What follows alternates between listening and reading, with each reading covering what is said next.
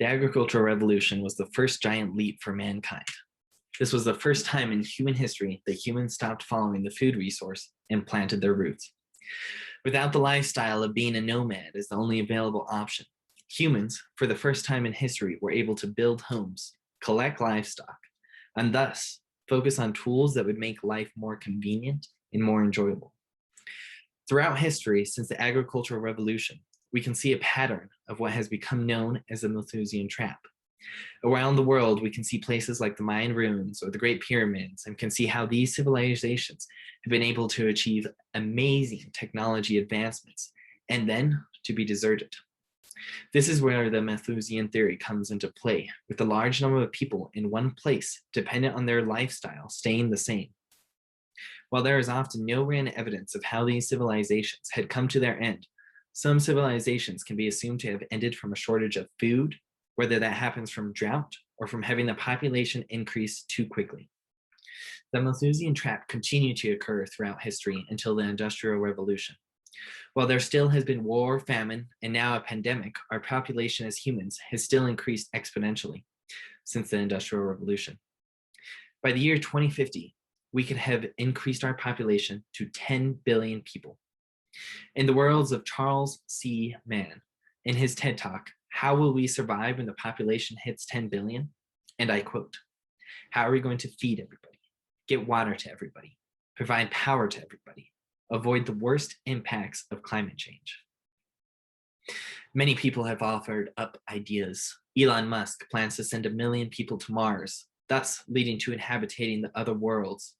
Jonathan Fiore, in his book, We Are the Weather, believes that no longer eating animals, but only eating plants will give us more farmland, and thus more food to feed such a large number of people.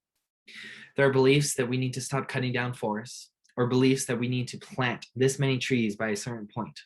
There are so many solutions to avoid the crisis of our overpopulation. All of these solutions offered up by scientists and writers who are very well informed themselves know that it will not change the course of humanity. Thoreau writes an entire chapter how he struggles with his own consciousness about eating meat and how if he is doing enough as an individual. The solution of no longer eating meat and having more land to farm and grow crops to feed more people will only work for so many people. Again, we will hit a number where this solution will no longer work, where we have every square foot of land being used as farmland, and we will live like hobbits from Lord of the Rings. But then we will still hit a maximum number of people.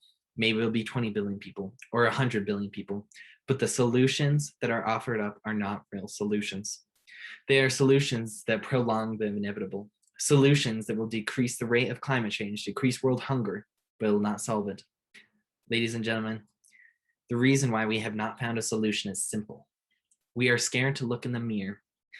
And no, not in the way of, oh yeah, he's right, I'm scared to look at my carbon footprint. No, we are perfectly fine looking at our carbon footprint. And with that guilt of looking at our carbon footprint, we buy a Tesla to stop ourselves from feeling guilty. And then look into our neighbors to see that they don't have a Tesla and they are eating more meat while I have a Tesla and grow carrots in the backyard. No, ladies and gentlemen, this is not looking in the mirror. We are looking at ourselves through glasses that are the wrong prescription. We need to take off our glasses that blind us and look at what we as a human species are. We are an outbreak. Again, in the words of Charles C. Mann, an outbreak is when a population or species exceeds the bounds of natural selection. We are an outbreak that is only causing damage to our home, Earth. In the words of Nicholas Scranton in We Are the Weather, if you really want to save the planet, you should die. Now, since everyone cannot morally jump off a cliff, we must accept that we are an out-of-control outbreak that needs to be put in check. We need to accept that we are required to end our outbreak. We no longer can increase the amount of people there are in this world. To save the world from falling into the Malthusian trap and repeating history, we must limit every couple to having 2 children. There can no longer be families that have 3 to 7 children. Since not all circumstances are equal and there is such a thing as freedom of religion, there will be those who will be exempt because of religious beliefs, but all others will be offered free birth control of any kind. However, obstruction of having more than 2 children will be enforced through communities. Discipline would include fines that are composed of how much the family owns collectively. To eliminate carbon emissions more, they may be required to live in an apartment if the family owns a house, or to only be allowed to drive a certain amount every year. Now, as this may sound crazy extreme, I ask you to think about the crazy and extreme circumstance that we are in. The world is on the brink of ending. For couples that choose to have children, they will produce offspring for our species to continue on.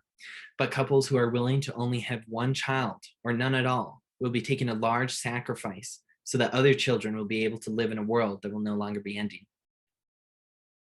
As time goes on, having 2 children will be normalized, and so will free birth control offered to everyone.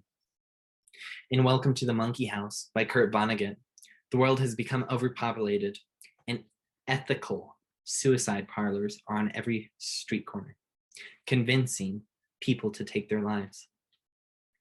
To avoid such immoral actions, we must learn to look at ourselves in the mirror, to control our outbreak, and if not controlled for the first time in human history, we will fall into the Malthusian trap as an entire species. Thank you.